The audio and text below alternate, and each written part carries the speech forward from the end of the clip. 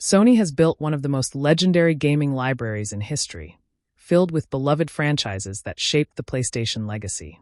Yet, many of these classics have been left behind, much to the frustration of loyal fans. With growing demand for revivals, remakes, and remasters, the question remains: how can Sony bring back its lost legends? The gaming industry has proven time and again that nostalgia sells. Titles like Final Fantasy VII Remake, Resident Evil 2, and Crash Bandicoot N. Sane Trilogy have shown that modern audiences are eager to relive classics with a fresh twist. Sony holds the rights to countless franchises that could benefit from the same treatment, from Jak and Daxter to Syphon Filter. By leveraging the emotional connection gamers have with these titles, Sony could reintroduce classic IPs to a new generation while reigniting excitement among veteran players. One of the easiest ways to revive a franchise is through remakes and remasters. PlayStation Studios has already seen massive success with projects like Demon's Souls on the PS5 and Shadow of the Colossus on the PS4. But why stop there? Here are a few PlayStation classics that could be perfect for a revival. Legend of Dragoon, a full-scale remake with modern RPG mechanics, could make this cult classic a competitor in today's RPG landscape. Jak and Daxter, a Ratchet and Clank-style remake with stunning visuals and fluid gameplay, would introduce a whole new audience to this beloved duo. Resistance. With the success of sci-fi shooters like Halo and Doom, Resistance could find new life with improved mechanics and multiplayer enhancements. Sony has the resources and expertise to give these franchises the treatment they deserve, bringing them up to modern standards without losing their original charm. If Sony is unwilling to invest in reviving these franchises internally, another option is licensing them out to third-party developers. This strategy has already worked for series like Dead Space, where a different studio was entrusted with the remake. By allowing experienced studios to handle IPs like Sly Cooper or Sock'em, Sony could test the waters without committing to full-scale internal development. For example, Bluepoint Games, renowned for their remasters and remakes, could be a perfect candidate for reviving PlayStation classics. Similarly, Insomniac Games could breathe new life into Jak and Daxter, given their success with Ratchet and Clank. Another way to reignite interest in older franchises is through PlayStation Plus Premium. Many fans would love the chance to experience classic titles through cloud streaming and digital re-releases. Imagine being able to instantly play PS1, PS2, and PSP classics on your PS5 without needing a remaster or remake. Currently, PlayStation Plus Premium has a limited selection of older games, but expanding the library with fan-favorite franchises could drive more subscribers and give Sony a risk-free way to gauge interest in potential revivals. Multiplayer-focused franchises like Sock'em and Twisted Metal could thrive in today's live-service landscape. With the rise of games-as-a-service models, Sony could bring these IPs back with new mechanics, seasonal updates, and esports potential. The upcoming Twisted Metal TV series has already reignited interest in the franchise, making now the perfect time for a revival. Similarly, PlayStation Home, Sony's ambitious virtual social hub, was ahead of its time. With the rise of the metaverse, VR, and social gaming, a modernized version of PlayStation Home could attract both nostalgic players and new audiences looking for a digital hangout space. The demand for franchise revivals is at an all-time high, with over 70% of PlayStation fans expressing a desire for Sony to bring back its lost classics. The question is, will Sony listen? The company has a golden opportunity to capitalize on nostalgia, modernize classic IPs, and introduce them to a new generation of gamers. Whether through remakes, remasters, licensing deals, or digital re-releases, the potential is limitless. If Sony wants to cement its legacy while securing future success, the answer is clear. It's time to revive the lost legends of PlayStation. While the idea of reviving PlayStation's forgotten franchises sounds exciting, the reality is far more complicated.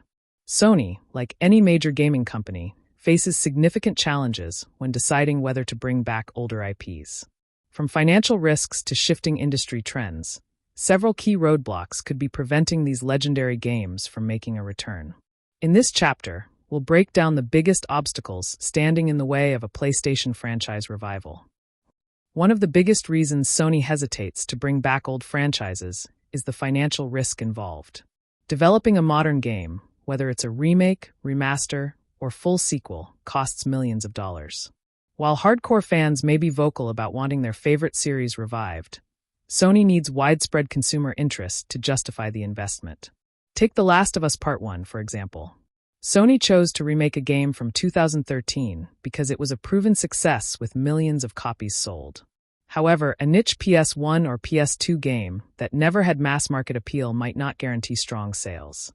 Even fan-favorite franchises like Jak Daxter or Syphon Filter don't have the same commercial pull as today's top-selling IPs like God of War, Spider-Man, or Horizon. Additionally, the current gaming market leans heavily towards live-service titles and massive AAA blockbusters, meaning Sony might prefer investing in ongoing franchises rather than resurrecting older ones.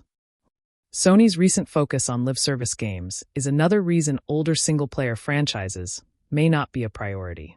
With acquisitions like Bungie, the studio behind Destiny, and their push for games as a service, Sony is prioritizing ongoing multiplayer experiences that generate recurring revenue over time. While a remaster of Sly Cooper or Ape Escape would excite nostalgic fans, these games don't fit the modern industry's trend of battle passes, DLC, and online connectivity. This shift raises an important question. Can a single-player classic franchise survive in today's live-service-focused gaming landscape? There's hope, though.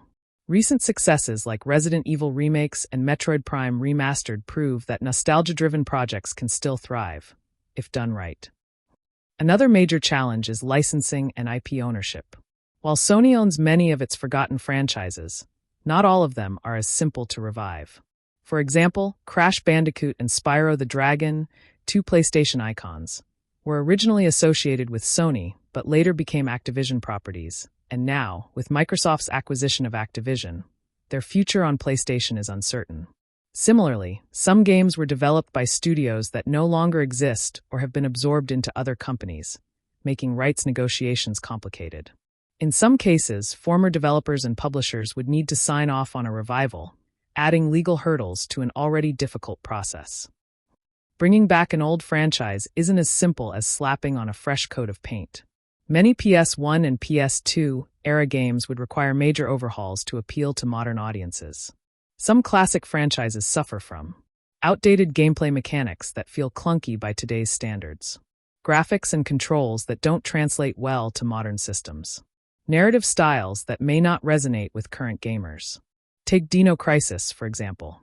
While fans desperately want a remake, the game's tank controls and fixed camera angles would feel archaic without a significant rework. Similarly, older platformers like Jak Daxter or Dark Cloud would need gameplay refinements to compete with modern titles. A full remake in the style of Final Fantasy VII Remake or Resident Evil 2 Remake would be ideal, but would require huge budgets and long development cycles. Sony's first-party studios are already fully booked with major projects. Right now, teams like Naughty Dog, Uncharted, The Last of Us, Santa Monica Studio, God of War, Insomniac Games, Spider-Man, Wolverine, Guerrilla Games, Horizon, are focused on expanding their existing franchises rather than reviving old ones. Even if Sony wanted to bring back a classic game, who would develop it? One option is to license the IP to third-party developers, but that comes with its own risks. If a revival is poorly executed, it could damage the franchise's reputation. Just look at how poorly received some remasters and reboots have been in the past. Despite all these challenges, one factor that could convince Sony to act is overwhelming fan demand. We've seen fan pressure successfully bring games back before. Crash Bandicoot N, Sane Trilogy, revived thanks to strong community interest. Final Fantasy VII Remake, after years of fan requests.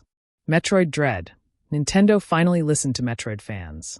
If PlayStation fans organize petitions, voice their opinions on social media, and show interest in older franchises through retro sales, Sony might be forced to reconsider. Bringing back PlayStation's forgotten franchises is a challenge, but not impossible. The biggest factors are financial viability. Will these games sell well enough? Sony's priorities. Will they focus on live-service games or nostalgia-driven revivals? Technical feasibility. Can these classics be modernized successfully? Fan engagement. Are PlayStation fans loud enough to make it happen? While Sony has plenty of reasons to be cautious, there's still hope for beloved franchises to return, especially as we enter an era where nostalgia-driven remakes and remasters are more popular than ever. The question remains, will Sony take the risk, or will these lost legends remain in the past? Now that we've explored the roadblocks, the next episode will focus on realistic ways Sony could bring these franchises back, from remakes and remasters to third-party collaborations. Stay tuned.